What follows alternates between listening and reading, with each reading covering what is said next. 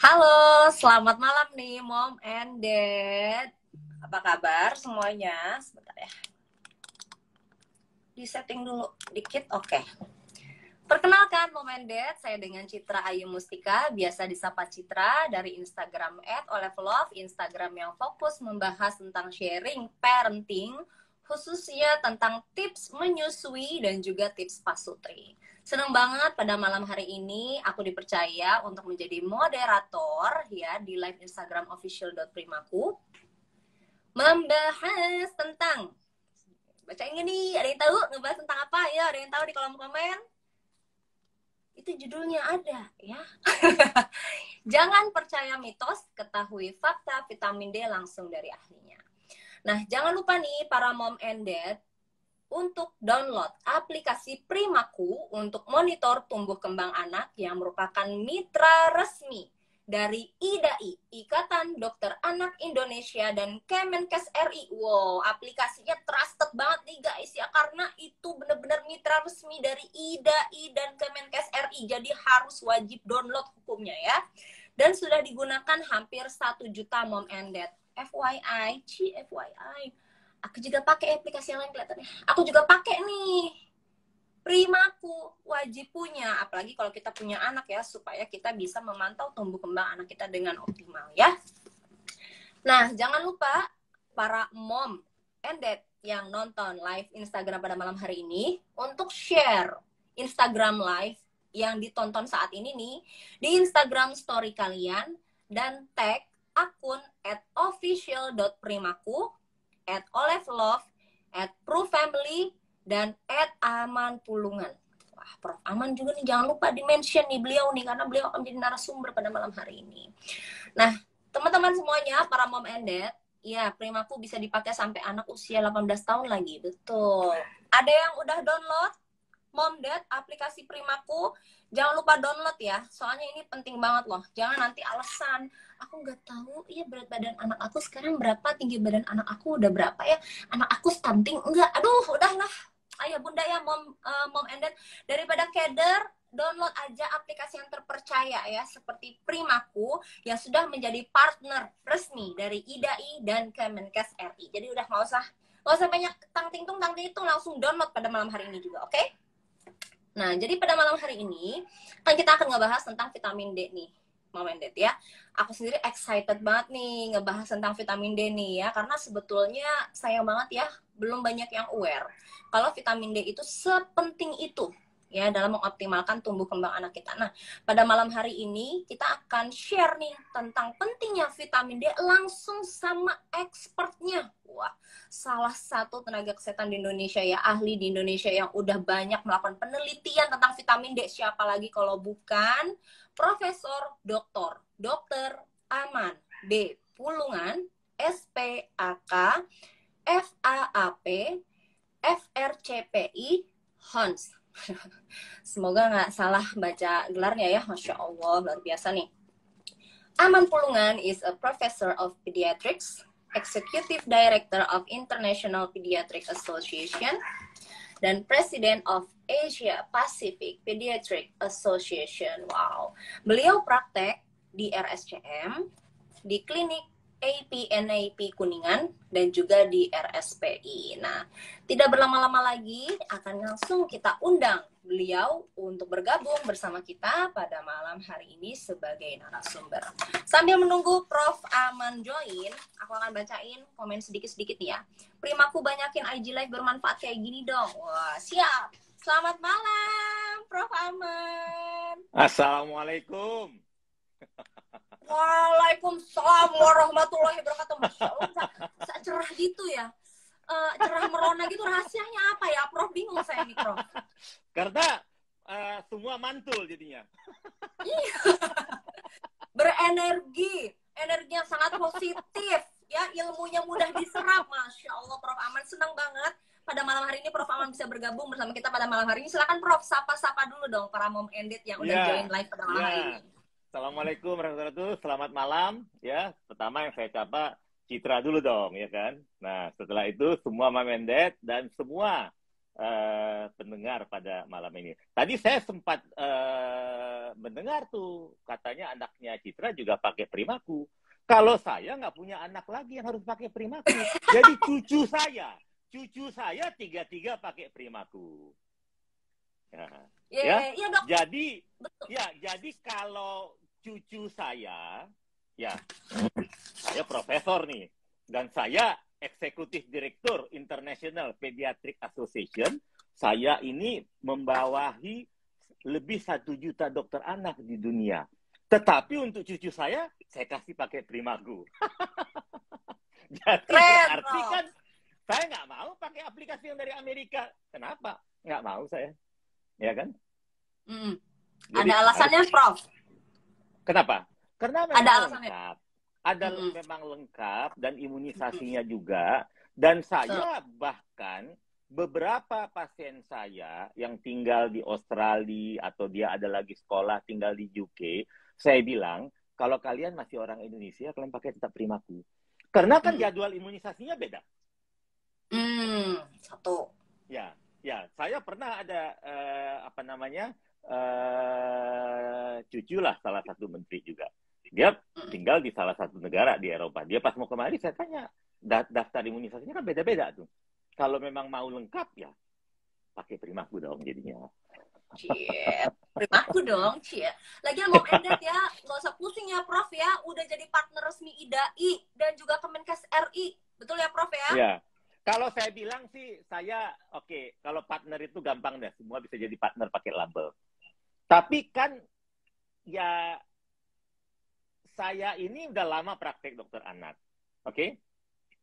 Dan saya ini membuat kurva anak Indonesia. Dan saya dapat hak ciptanya 70 tahun. Nah, jadi saya ini paham sekali seluruh kurva di dunia. Jadi kalau saya lihat, ya, kalau kita dengan memakai Primaku, kita plot saja kurvanya, titik-titiknya itu, pastilah insya Allah anak tidak akan jadi stunting. Udah pasti. Setuju. Dan tidak akan ada delay speech atau delay motorik. Karena ada juga harus dipantau di situ. Tapi syaratnya orang tuanya harus memantau.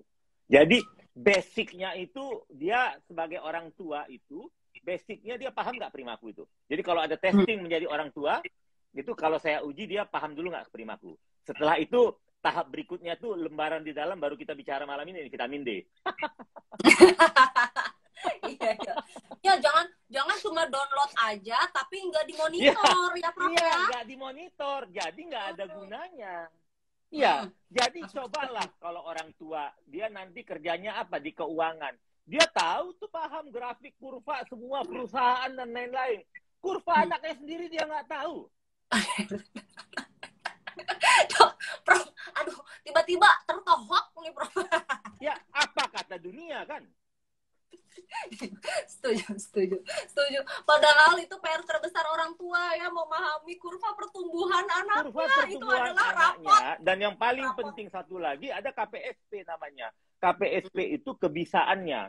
Jadi dia misalnya kapan dia bisa tengkurap, kapan dia ini. Dan kalau 2 minggu dia telat dari umurnya, dia harus konsul, dicek lagi, harus konsul ke dokter anak.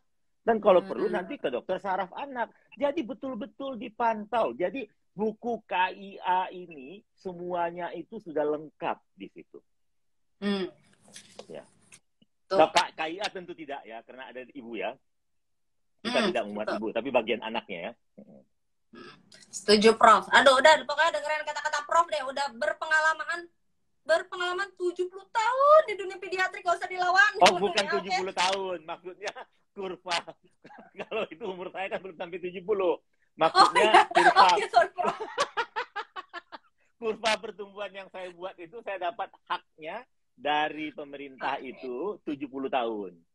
Tapi bukan berarti kayak begitu. Tetapi kan harusnya ada kurva lain lagi nanti harusnya. Ya, karena kan ada sekular trend nantinya. Siap Prof. Pokoknya Momendet jangan ada yang bandel ya. Nih dengerin kata-kata Prof nih, penting banget supaya kita pantau terus tumbuh kembang anak kita melalui aplikasi Primaku. Nah Prof, ini sesuai dengan tema kita pada malam hari ini ya. Jangan percaya mitos, ketahui fakta vitamin D.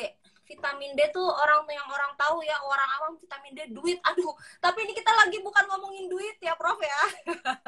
Nah, ini kenapa sih, Prof? Kok kita ngebahas vitamin D tuh emang kenapa? Penting tuh kenapa sampai kita bahas di sesi live tersendiri seperti ini, Prof? Silakan, Prof. Oke. Jadi saya bisa mengatakan vitamin D ini adalah vitamin dewa. Jadi berarti kalau dia vitamin dewa, dia ini fungsinya sangat banyak. Ini yang pertama dulu. Dan dia namanya vitamin karena kita bisa minum dari luar. Tetapi sebetulnya vitamin ini adalah hormon. Ya. Baik cholecalciferol atau ergocalciferol yang ini memang bisa dibentuk oleh tubuh sendiri juga dengan metabolisme dari matahari. Tetapi kita ya sudah dikasih amanah dan dikasih rezeki 360 hari per tahun matahari, tidak mau kita manfaatkan. Akhirnya lah data saya sendiri sudah saya publikasi. Anak SD di Jakarta, 1 dari 3 anak SD di Jakarta kekurangan vitamin D. Oke, Prof. Nah, mungkin bisa boleh dielaborasi lagi, Prof. Karena ini surprise ya, 1 dari 3 anak di Jakarta itu kekurangan vitamin D.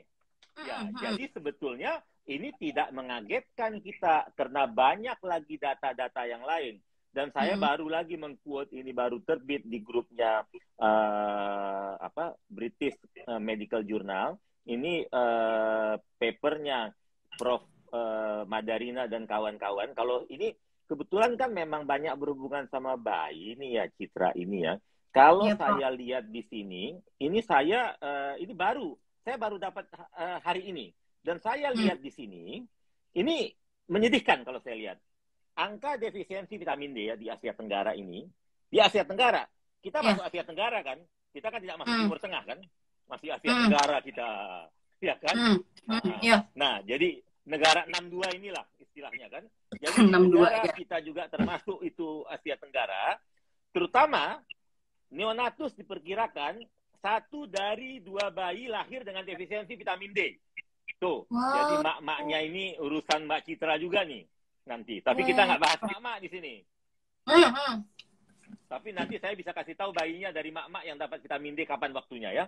Nah, terus yang berikutnya, faktor yang mempengaruhi adalah di sini apa? Pada saat ini tinggal di daerah urban, baju tertutup, dan juga kurangnya paparan sinar matahari. Dan yang berikutnya apa? Obesitasnya. Obesitas ya, Prof ya. Ini mempengaruhi, ya.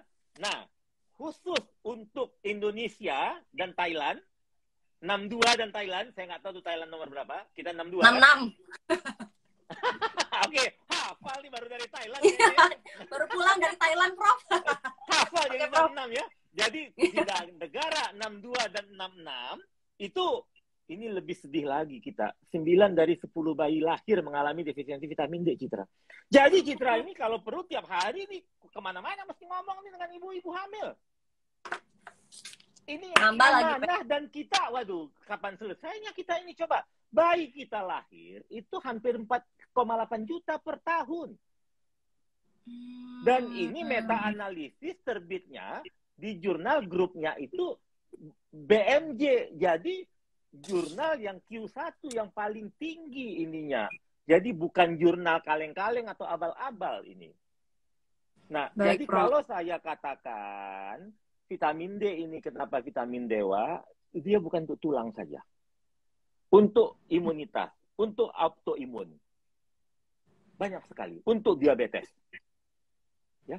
Dan penyakit autoimun dan lain-lain banyak. Nah, jadi kalau kita lihat vitamin D ini kenapa baru sekarang menjadi kayak primadona? Karena ada COVID.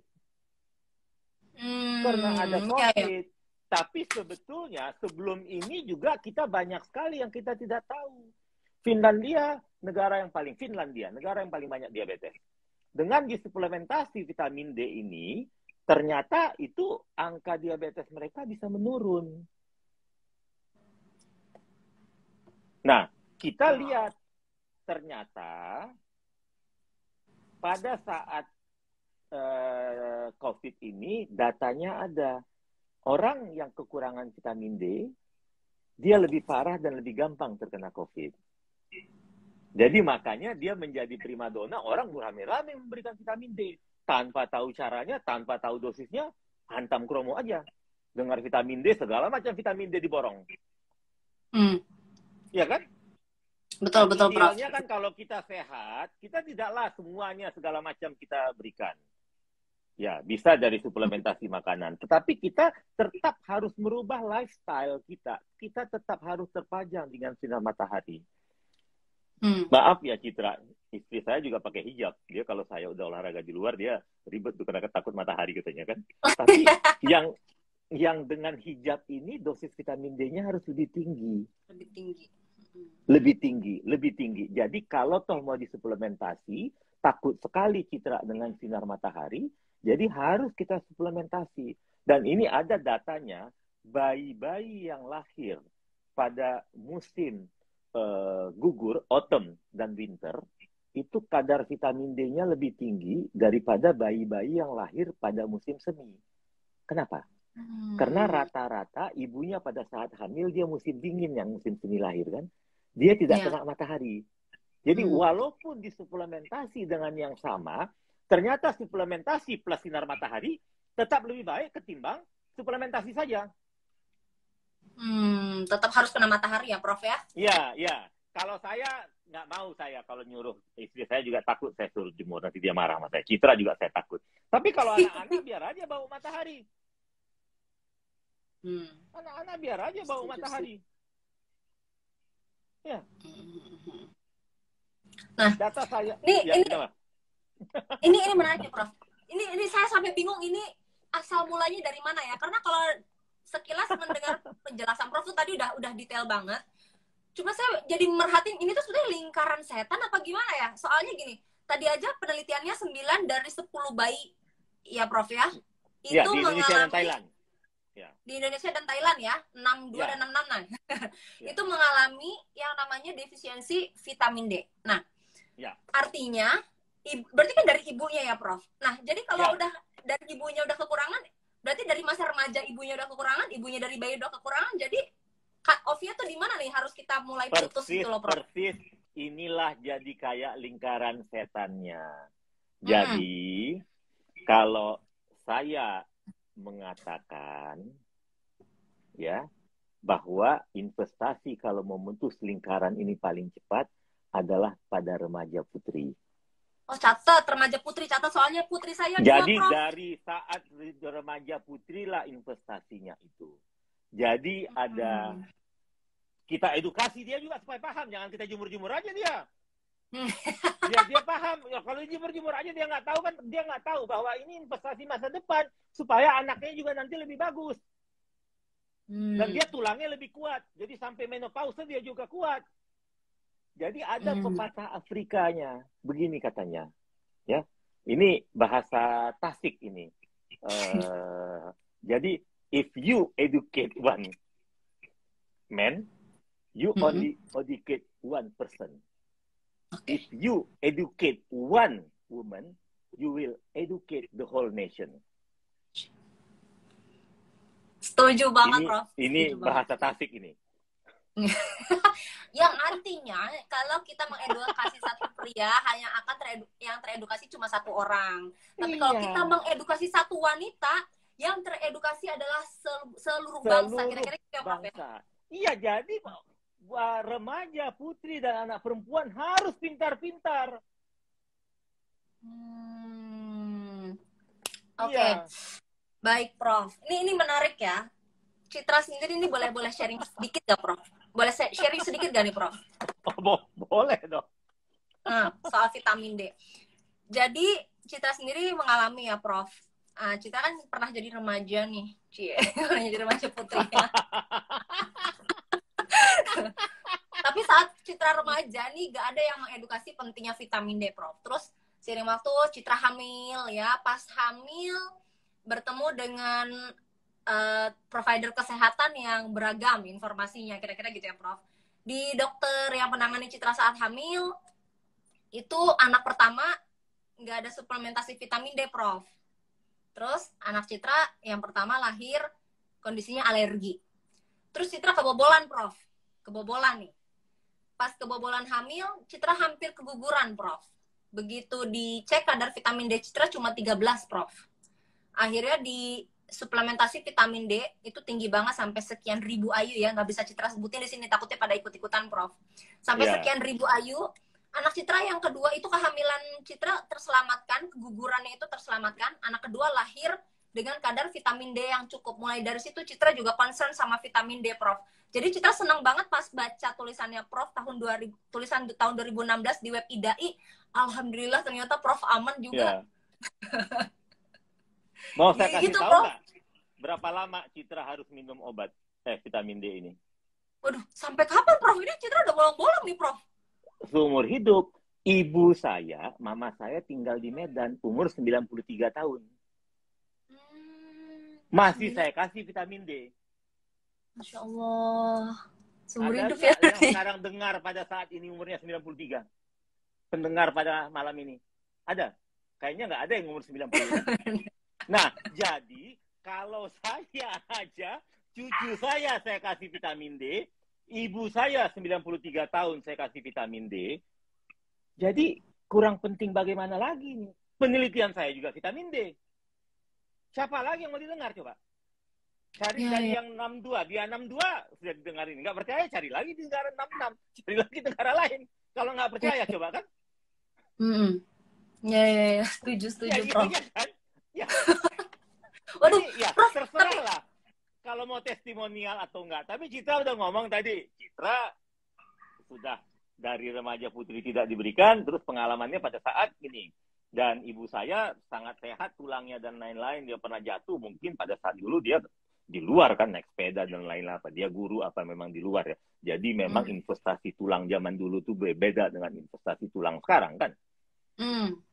Setuju, ya. Prof. Tetapi sekarang ini, karena di beberapa kali sakit atau apa, bahkan dia pernah kena COVID waktu itu. Ya. Masya Allah, tapi sehat, selamat dari percovidan itu ya, Prof. Udah takut banget dengannya. Ya, itu saya naikkan dosisnya. Tapi saya kan di sini, makanya saya kan tidak bicara untuk dewasa ya kita tidak enak saya berapa dosisnya karena kita bicara anak di sini kan. Jadi saya nanti melanggar yang harus memang topik kita bahasan pada malam ini ya. Cuma saya mau mengatakan jangan ragu-ragu memberikan bahwa jangan ragu-ragu memberikan ya, Dok ya, baik itu suplemen plus berjemur tadi dan sumber makanan yang mengandung vitamin D. Jadi nanti ya dosisnya bisa saya katakan bahwa kalau untuk maintenance itu rekomendasinya itu memang American Academy Pediatric maupun IDAI antara 400 sampai 600 sampai umur 1 tahun, yang di atas itu 600 sampai 800 bisa tuh sampai 1000. Tapi kemasan yang ada itu kan kalau di Indonesia itu kan yang ada tetes itu hanya ada satu ya. Huruf D3 itu ya. Saya sebutkan mereknya karena apa? Karena cuma ada satu tetes itu kalau nggak salah saya. Nah, itu kan satu tetes dia 400. Kalau kita kasih dia untuk 600, saya belum pernah tahu tuh Citra 1,5 tetes. Yang ada kan 2 tetes. Nggak bisa. Nggak bisa, Prof. Kan 1 tetes harus 400 ya. Nah, kalau 1,5 tetes bagaimana caranya? Saya belum belajar tuh ilmunya tuh. Saya pengen tahu juga tuh dari Citra kalau bisa kasih 1,5 tetes. Nah, Prof ini jadi harus 2 tetes. 2 tetes jadinya. 2 tetes. 800. Tapi ibu saya juga 93 tahun saya kasih tetes. Iya. Karena lebih gampang kan, lebih sedikit. Betul. Pernah saya kasih sirup, kenyang dia jadinya. Itu aman juga ya, Prof ya, buat ibu juga aman ya yang tetes itu ya. Oh, aman dong. Ya, kalau misalnya dia harus mau dikasih dia 2.000 cuma 5 tetes coba. 10 tetes aja nggak sampai 20 tetes itu 1 cc coba. Bagaimana sedikitnya coba? Betul. Untuk bayi juga ini aman ya, Prof ya. Untuk bayi pun aman ya. Rekomendasinya itu diberikan tanpa diperiksa boleh antara 400 sampai 600. Nah, tanpa diperiksa. Dan itu rekomendasi dari beberapa society. Dan kalau sudah rekomendasi kan berdasarkan ilmiah sudah. Dan sebetulnya kalau sudah bayi, itu saya bilang, kalau sudah bayi itu sudah kita di tengah masalahnya. Kita udah dapat data yang tadi saya katakan, yang 1 di antara 2, 1 di antara 10, termasuk mungkin kehamilan Citra yang pertama. Kalau tadi mau, kita sekarang ini kalau mau, ya kalau anaknya sekarang putri kayak Citra, dari sekarang dong kasih. Kalau minta manja putri, dari sekarang dong dikasih. Setuju, Ya kan? setuju. Nih, alhamdulillahnya Prof, saya tuh pas alhamdulillah lagi googling apa gitu, ketemu tulisannya Prof di web IDAI, Prof. Dari situ saya ikutin. Ada tuh tulisannya Prof Aman di web IDAI yang judulnya rekomendasi vitamin D suplementasi itu 400 IU ya Prof. Nah, itu saya ikutin ya, nih, Prof. Ya. Tapi sebetulnya 400 sampai 600 boleh. Tapi Masih kalau boleh. di atas itu tuh 600. Tetapi sekarang ini karena susah ya, kalau ada tablet, 1 tablet 1000, kalau tetes tuh saya kasih 2 tetes. Jadi hidup jangan dibuat susah juga dah. Suruh patahin tablet, aduh. Tabletnya kecil banget lagi kan, Prof. Iya Nah, kan? sekarang gini, Prof. Kita belum bahas nih dari sisi emang kenapa sih kalau kekurangan vitamin D itu kenapa? Emang kenapa harus suplementasi? Masih ada yang nanya kayak gitu nih, Prof, di kolom komen. Kalau Karena kekurangan memang, vitamin D dampaknya apa pada anak, Prof? Iya, risikonya sudah tulang bisa. Rickets itu bisa. Saya sudah dapat beberapa pasien rickets. Jadi rickets itu tulangnya bengkok.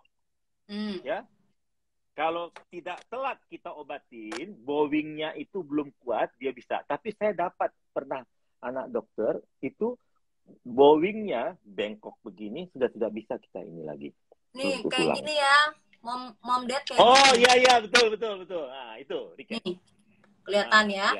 Ya. Nah, setelah itu banyak lagi tadi yang saya katakan yang terkait dengan sakit-sakit lain kan. Ya. Jadi terutama dengan imunitas, dengan alergi, dengan diabetes, banyak sekali. Juga pada saat infeksi, pada saat TBC, pneumonia, dan lain-lain semuanya. Anak yang epilepsi. Jadi makanya saya mengatakan vitamin D ini vitamin dewa jadinya. Aduh, ini penting banget ya, Dok. Ya. Jadi mohon maaf nih ya, Prof ya, mohon maaf nih. Kalau misalnya kejadian pada rickets nih ya, Prof ya. Kalau rickets itu kan kadang tulangnya membentuk O gitu ya, Prof ya. Tulangnya melunak. Itu apa bisa disembuhkan nggak ya, Prof? Jadi gini, saya dapat tergantung berapa besar dia ininya. Kalau saya dapat dia masih balita, insya Allah dia masih bisa kita inikan. Jadi dia istilahnya itu fotonya itu masih ada kayak cupping sama fraying, jadi baru bengkak tangannya itu dan ataupun ini biasanya kita foto lutut ataupun tangannya, jadi dia belum terjadi defek yang ini. Tapi biasanya itu anak juga terganggu pertumbuhannya. Jadi sebetulnya pasien yang datang ke saya itu beberapa bukan karena dia tahu dia ke rickets. Dia datang karena pendek. Dan tolong yang malam ini bukan stunting ya. Waduh. Saya ngomong, saya sering kali marah semua anak pendek dikatakan stunting. Ini rickets. Obatnya jelas. Kita harus periksa jadinya vitamin D, ya. Dan data saya tadi, tapi kita tidak cerita ini ya, tidak cerita kalsium. Data saya tadi itu hampir 20% anak SD itu kekurangan kalsium juga. 20% anak SD kekurangan kalsium. Ya, hampir 16 atau 17%. Saya lupa, saya harus lihat lagi. Karena data yang kalsium ini saya belum publikasikan lagi karena memang pada saat itu memang ini saya ada data-data kalsiumnya. Jadi kalau satu penelitian besar itu kan ada beberapa data yang belum saya olah lagi. Tapi saya ingat saya mendekati 20% kekurangan kalsium. Nah, jadi kalau pada rickets ini, itu tulangnya awalnya bengkok dan juga bisa kayak keropos juga nantinya. Aduh, ya Allah. Nah, anaknya juga terganggu. Anaknya juga terganggu. Nah, ini kan harus segera diobatin. Nah, kalau tidak diobatin, itulah bengkok. Nah, kalau sudah bengkok ini, ya harus dengan ortopedi, harus dikoreksi juga kadang-kadang. Tapi ya kita tidak bahas terlalu dalam dan bagaimana mengatasinya. Ya. Tapi kalau katanya rickets itu ada rickets itu. Di Jakarta bahkan. Jadi waktu itu ada beberapa anak yang pada saat sebelum pandemi itu dari bayi tidak pernah terkena matahari, orang tuanya kerja di segitiga emas, anaknya dititipin di tempat-tempat penitipan mahal-mahal tuh di daerah segitiga emas. Ya, daycare. Daycare, nah. Jadi saya jadi lupa tuh bahasa Sundanya apa. Daycare rupanya. Sudah tua soalnya. belum tua, belum menolak tua. Jadi tempat penitipan daycare, betul. Itu kan tren banget tuh sebelum pandemi kan. Daerah segitiga emas itu banyak sekali tuh daycare yang keren-keren. Nah, jadi ini anak nggak pernah kena matahari.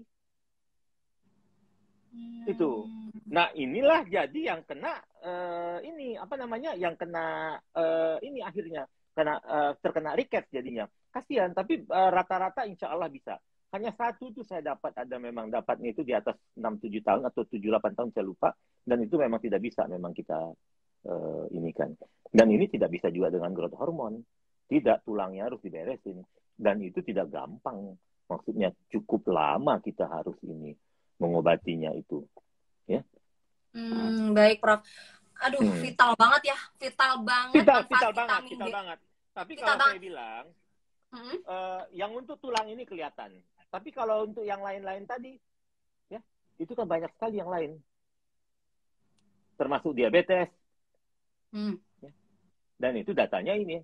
Jadi jelas itu, orang yang diabetes most likely dia kekurangan vitamin D. Pada saat COVID ini juga begitu. Tadi Citra alerginya juga dikatakan. Ya kan? Saya ini betul. asma berat itu.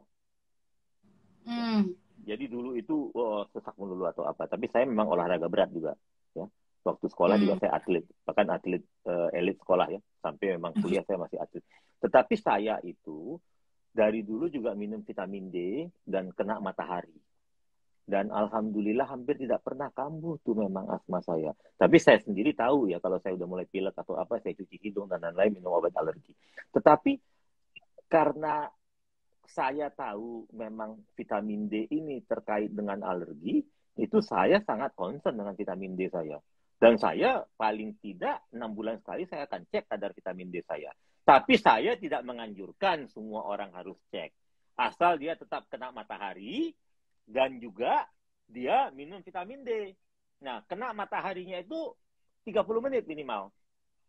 Di waktu jam berapa aja, Prof? Nah, jamnya ini yang agak tricky sebetulnya. Ya. Jadi, inilah jam yang orang tidak mau keluar. Jadi, antara jam 10 sampai jam 1 siang. Wah, lebih tepatnya itu anak-anak lagi sekolah, Prof. Betul. Dan sekarang sekolah nggak kayak zaman saya dulu. Sekolah kita lebih banyak di luar kalau main-main kan. Terus pagi juga ada upacara dan lain-lain. Nah, kenapa jam ini? Jadi UV ini ada UVA, UVB, dan UVC. Yang boleh, yang bagus itu adalah UVB. Yang lain ini tidak bagus. Ada yang bisa merusak ozon, ada juga yang bisa merusak sampai deep skin, yang ada risiko kanker. Kanker kulit. Ya, jadi apa namanya ya? Tabir surya ya. Ya, sunscreen. Tetap kita anjurkan diberikan. Tetapi kita tahu dengan kita memakai sunscreen ini, itu kemampuan sinar mataharinya itu berkurang UV-nya. Jadi otomatis tetap kita harus minum. Tapi saya tetap pakai tetap pakai sunscreen. Ya, saya pakai topi, terutama muka sama kepala saya. Coba bayangin kalau kena matahari nih, apalagi pelindungnya kan nggak ada kan? Siapa yang kuat kena matahari coba? Kalau ini masih ada hijab sama rambut coba. Waduh, ketawa nggak apa-apa kan, Bro? Oh ya nggak apa-apa. Nah, saya sih nggak mengatakan melucu. Tapi kalau saya nggak pakai topi, tak pakai tabir surya, bayangkan coba. Apa nggak pusing kepala saya tiap hari? Orang saya tiap hari olahraga. Setuju, Prof. Lah, Prof, kalau pada bayi usia 0 sampai 2 tahun nih, masih menyusui, gitu ya, Prof, masih menyusui ya, Prof? Ya. Atau yang sufor, itu katanya kalau yang salah satu diantaranya tetap perlu vitamin D, Prof? Tetap perlu. Tapi ada datanya ketika kandungan ibunya ini cukup. Kita cerita ibunya cukup vitamin D ya. Ya, cukup nih. Cukup.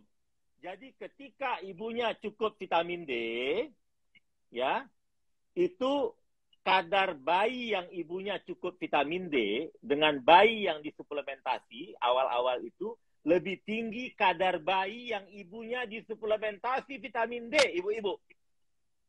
Berarti ibunya konsumsi juga. Makanya saya bilang dari remaja. Dari remaja, bener. Iya. Jadi kadarnya lebih tinggi itu. Nah, setelah itu diikuti dengan ASI dan SUFOR, lebih tinggi yang dapat ASI. Jadi, halo ibu-ibu, ASI tetap. ASI? Wah, Ya, tetapi ibunya tetap harus minum vitamin D. Iya, betul. Betul, Iya. jangan sampai malah ibunya malah Iya, tambah kekurangan ya, Prof ya. Ibunya makan malas, makan minumnya susah. Iya kan, minum vitamin D nggak mau, tapi ngotot aja mau ASI terus. Tidak salah. Iya, benar tuh, benar, Prof. Makan yang bergizi, tinggi vitamin D, ibunya Iya. kudu berjemur juga. Iya, kudu berjemur dan juga suplementasi vitamin D. Jadi kan penelitian yang ada di luar itu dari Harvard tuh kalau nggak salah, dari Boston juga itu dikaitkan dengan bayi yang lahir pada musim semi dan musim gugur dan winter. Indonesia ada nggak musim semi dan gugur winter? Nggak ada. Nggak. Sepanjang tahun. Makanya. Sepanjang tahun musim panas, tapi malah kekurangan vitamin D mulu ya, Prof. Heran. Iya, makanya. Jadi sedih kan? Sama kayak Thailand kan? Betul. Negara 66 itu. Ya, Prof. Oke, berarti prinsipnya nih dari mau bayinya disusui atau bayinya konsumsi sufor, suplementasi vitamin D itu diperlukan ya, Prof ya, sama dibantu denger. Kalau ibunya menyusui, ibunya juga harus disuplementasi Fit D. Oh iya, jangan makannya seblak mulu. Menyusui ibunya tetap harus vitamin D. Kalau ibunya menyusui, tetap harus vitamin D. Ya. Oke, setuju, Prof. Aduh, maaf ya, di sini tiba-tiba mati lampu sebentar, Prof. Saya rescue dulu, nyalain center. Tapi ininya ada ya, jalurnya masih bagus kok. Iya, ya, masih aman kok, Prof. Nah, ini saya tambah lagi nih, tambah lagi kalau saya bilang ya. Tambah lagi karena memang ini ya, supaya saya takut lupa. Tadi tulang sudah sepakat kita ya. Ya. Oke. Yang berikutnya jantung. Jantung, catat ibu-ibu. Ya. Nah, imunitas. Tadi sudah ya imunitas. Sudah, Prof. Nah, satu lagi ya. Mengurangi risiko kanker. Astagfirullahaladzim, sampai ke situ. Gimana, Prof? Boleh diceritain, Prof, hubungannya vitamin D sama kanker apa nih, Prof, nih? Ya, jadi dia itu, jadi gini dah kalau saya bilang. Kalau, tadi kalau yang tulang sudah ya, sama diabetes ada studinya di Finlandia itu. Jadi pemberian vitamin D itu mengurangi diabetes sampai 80%. Coba. Mengurangi diabetes sampai 80%. Oke, ibu saya diabetes. Ibu saya diabetes. Kan sudah jadi diabetes. Jadi mengurangi kejadian diabetes, saya ulang. Jadi orang yang harus jadi diabetes itu jadi berkurang risikonya. Data di Finland itu 80%. Kita kan belum tahu. Kita belum ada instruksi pemberian vitamin D untuk semua. Nah, kalau yang jantung itu ada di studi kohort, jadi diikuti itu hampir 30.000 orang, ternyata itu resikonya itu lebih berkurang orang yang dapat vitamin D untuk jantung. Nah, terus yang berikutnya lagi itu, kalau yang kanker, jadi ini agak bahasanya terlalu medis ya. Jadi dikaitkan dengan produksi interleukin 1 dan 6 sampai dia TNF, tumor necrosis factor-nya ke makrofag manusianya teraktivasi dia. Kalau dia kurang jadinya. Nah, akhirnya risiko kanker. Ini semua data-data memang dari penelitian. Tapi kalau saya mengatakan kalau ada data penelitian dan penelitian ini dipublikasi dan memang betul ini scientifically proven, ya. Kalau toh kita minum tidak menyakitkan, kita berdoa bisa mengurangi. Kita kan hanya bisa berdoa dan berusaha. Bisa saja kita tetap berusaha dan berdoa dan minum vitamin D kita tetap sakit. Itu kehendak Allah. Tapi kalau kita tidak ada ikhtiar, sudah dikasih tahu, itu bagaimana coba? Sudah dikasih tahu, tidak mau ikhtiar, ya berdoa juga tidak, bergerak juga tidak. Wah kalau gitu ya udah susah kita. Ya, setuju Prof. Karena sebetulnya konsumsi vitamin D baik dari makanan, berjemur, suplementasi itu sifatnya ikhtiar ya Prof ya, tapi kadang ada yang ngeyel. Iya, kan memang ini kan data-data semua kalau saya bilang belakangan ini. Bahkan kalau saya tidak minum vitamin C yang katanya ini karena bisa dapat dari makanan. Iya kan? Hampir pasti itu bisa dapat dari makanan. Saya vitamin lain tidak, tapi kalau vitamin D ini tidak dapat, makanya saya bilang saya sendiri itu lama sekali, udah puluhan tahun saya minum vitamin D.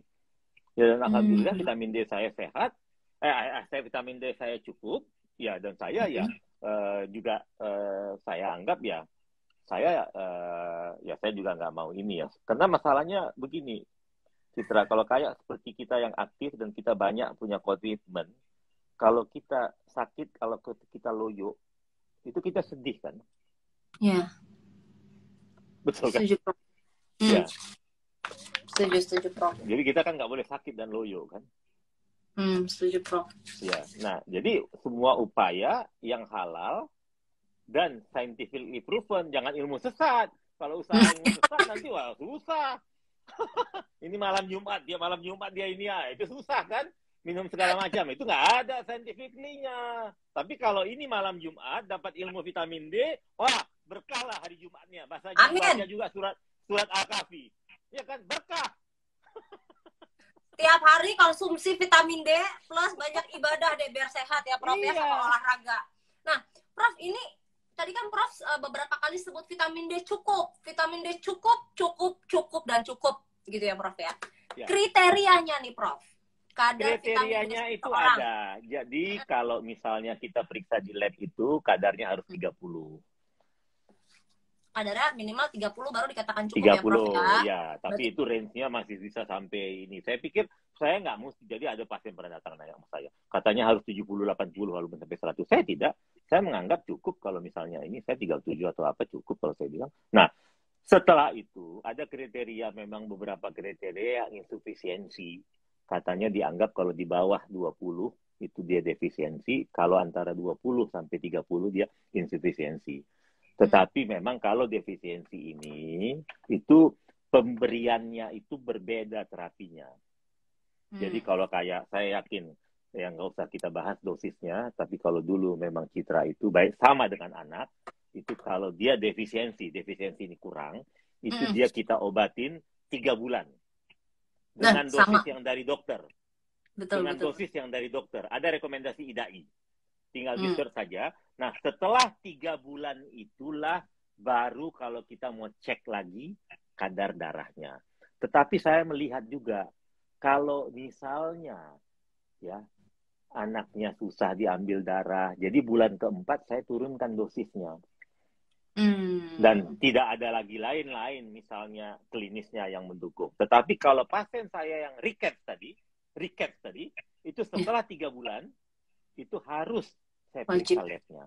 Dan ternyata ada beberapa pasien saya setelah 3 bulan tidak cukup untuk diterapi kalau untuk recap.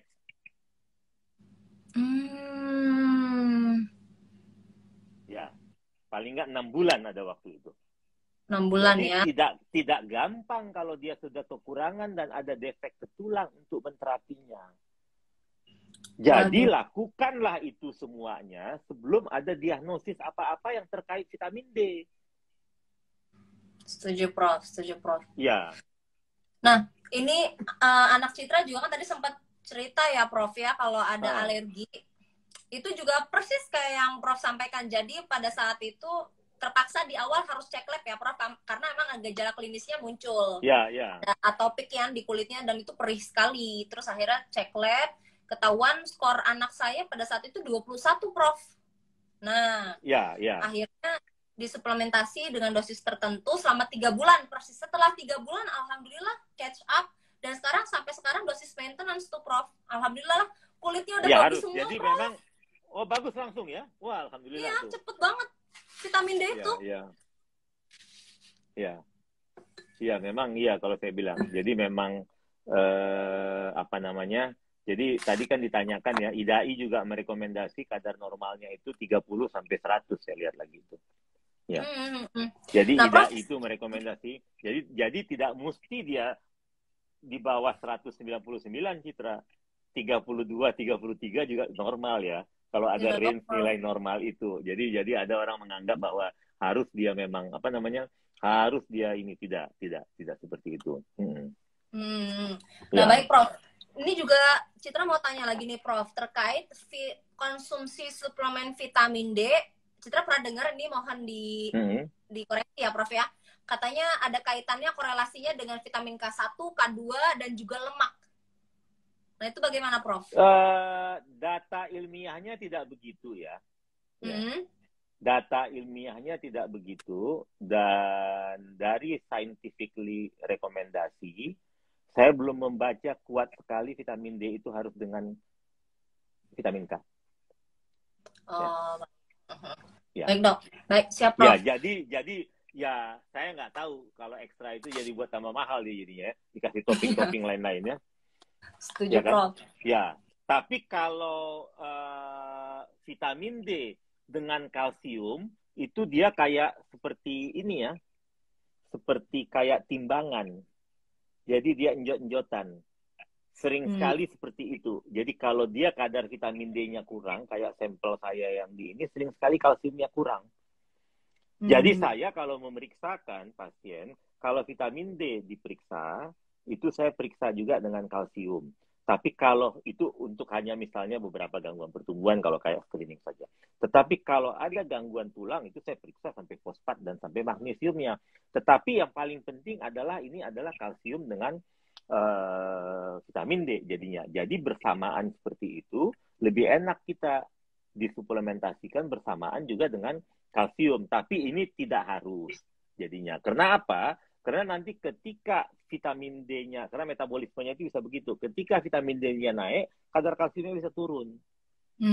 Bisa seperti itu. Tetapi memang itu kan tidak begitu kita bahas juga malam ini. Karena topik bahasan kita tetap adalah vitamin D malam ini. Vitamin D.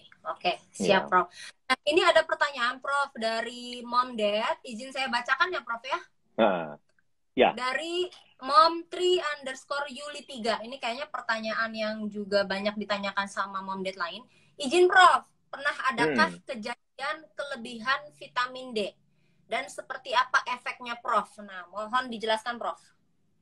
Jadi begini, ya. Saya praktek endokrin anak, walaupun vitamin D ini baru belakangan ya, tapi saya praktek endokrin anak itu sejak tahun 96. Udah lama ya? Saya 6 tahun. Dan itu waktu saya training di Belanda juga tahun 2000 kita sudah pakai. Sampai saat ini itu untuk anak ya, batas keamanannya itu sangat jauh sampai 100. Jadi kalau tidak berlebih-lebihan dikasih, hampir tidak pernah kejadian. Dan saya belum pernah ketemu satu anak pun yang kelebihan vitamin D. Siap, Prof. Ya. Oke, ya. Itu jadi memang vitamin D ini kan larut dalam lemak. Kalau misalnya dia memang berlebihan, ya kita memang takut memang ada beberapa efek yang memang dia kekurangan itu membuat kayak rebound. Tapi tidak seperti itu jadinya. Tidak segampang itu juga sebetulnya jadinya. Ya. Karena tadi yang dibilang, Prof, untuk mencapai dosis 100, itu aja susah ya, Prof, ya? Sampai susah, ke angka 30 aja susah loh. Wah, susah banget loh, bener. Jadi itu saya bilang, saya ini ya hampir selalu olahraga di luar. Ya. Dan kalau misalnya lah saya itu olahraga, saya tetap Saya kan tidak menutupi badan, dan kalau saya rasa luas permukaan tubuh saya kan lebih lebar daripada Citra kan. Saya masih masuk wajah saya kan sampai sini. Jadi Ya Allah. expose terhadap vitamin D kan saya lebih banyak. Ini benar-benar. Itu aja saya itu belum pernah di atas 40. Nah, itu makanya untuk mencapai 100 tuh sulit Ya, banget. ya. Dan Makanya kalau jarang terjadi toksisitas ya, Prof. kalau perkara dosis, ya masa saya nggak tahu dosisnya berapa kan. Tapi saya pikir udah cukup dengan segitu, dan saya tetap kenakan matahari, ya. Dan saya makan dan minum yang kita tahu banyak mengandung vitamin D juga, ya. Kan banyak juga sekali kan. Banyak. Sebetulnya Mom and Dad kalau ngikutin aja panduan di IDAI, tulisan yang ditulis Prof Aman, itu udah aman ya Prof ya? Yang di web IDAI yang ditulis Prof Aman, itu kan ada. Ya udah lama, kayaknya udah lama tuh ya. 2016 Prof, saya baca ya, itu. Udah lama ya, udah 6 tahun yang lalu kayaknya ya. Tapi masih relevan sampai sekarang kan ya Prof? Oh iya, vitamin D ini nggak ada. Saya lihat tuh jurnal yang baru di BMJ itu, yang di Q1 itu salah satu referensinya juga jurnal dari saya. Kan udah ya, jadi kalau saya rasa hampir semua orang yang meneliti vitamin D itu pasti salah satu yang di-quote jurnal saya, karena data saya itu memang datanya dari Jakarta, 1 di antara 3 anak di Jakarta kekurangan vitamin D.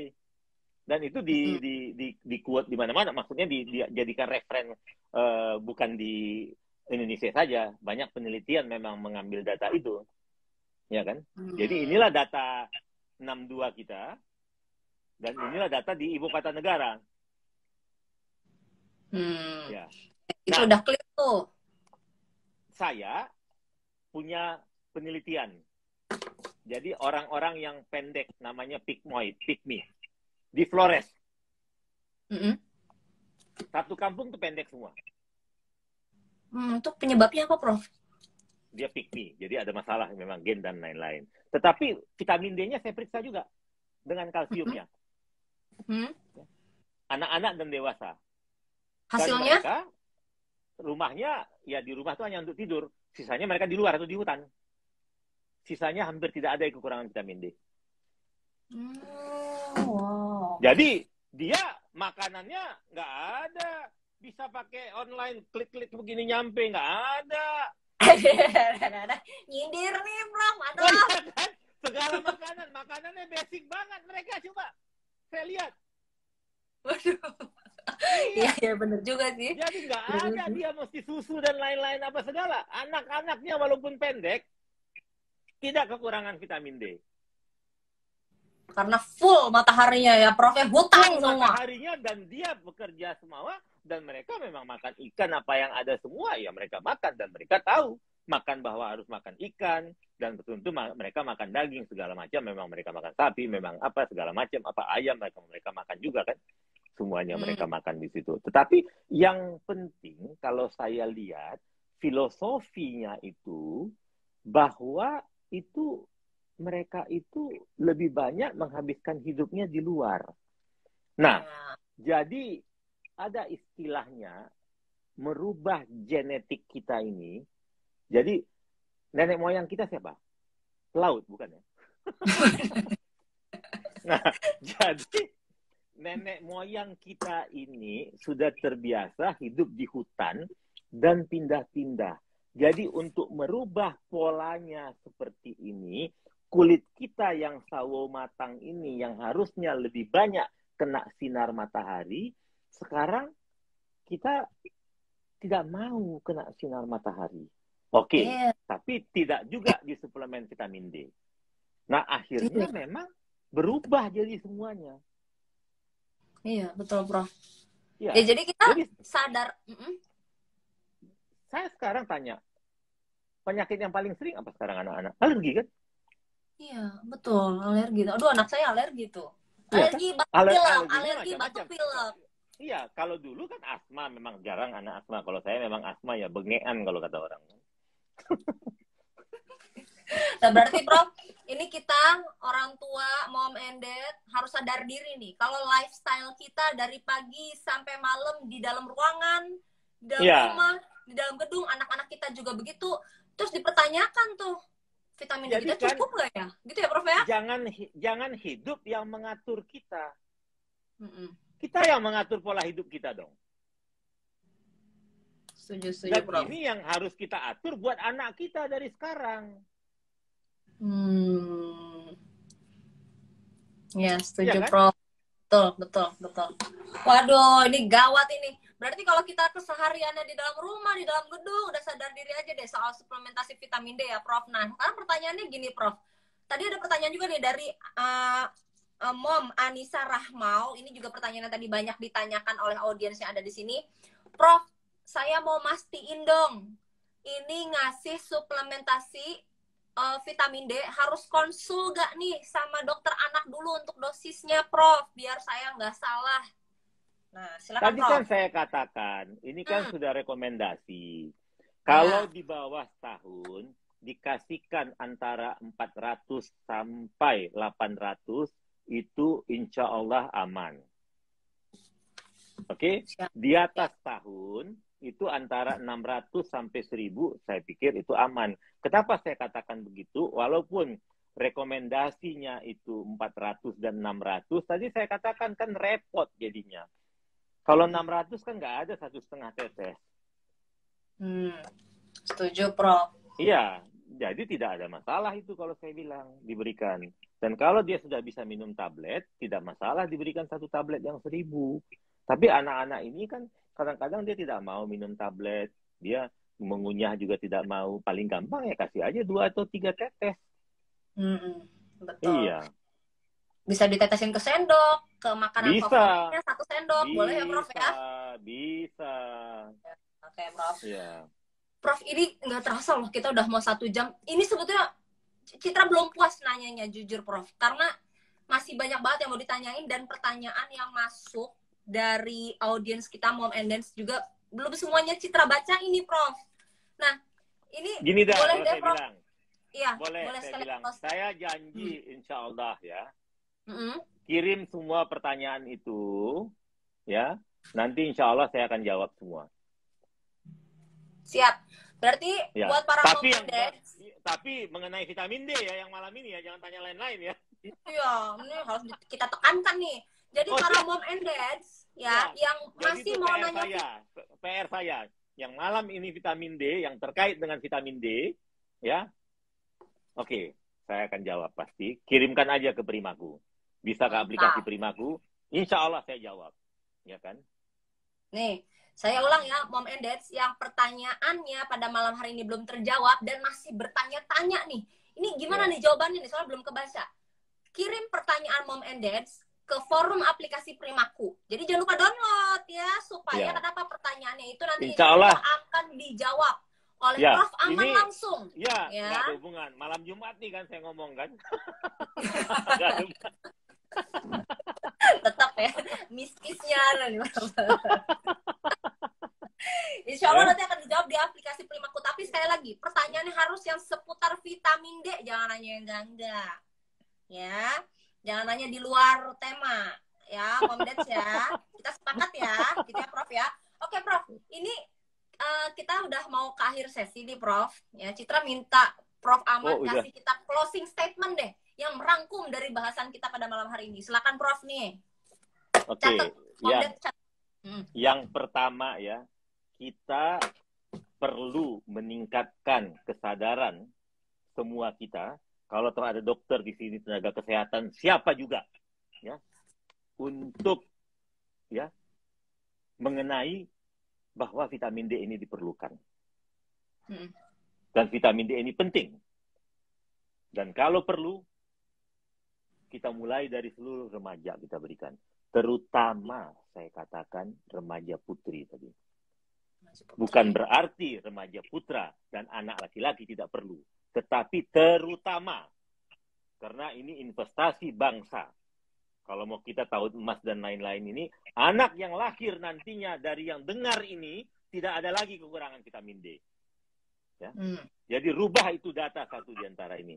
Yang kedua, saya rasa tetap nantinya diperlukan itu fortifikasi makanan vitamin D di Indonesia. Dan yang ketiga, ingat, ini masih saat pandemi. Ya. Banyak sekali yang terkena COVID ini karena kekurangan vitamin D. Jadi, pastikan vitamin D anak kita cukup pada saat pandemi ini.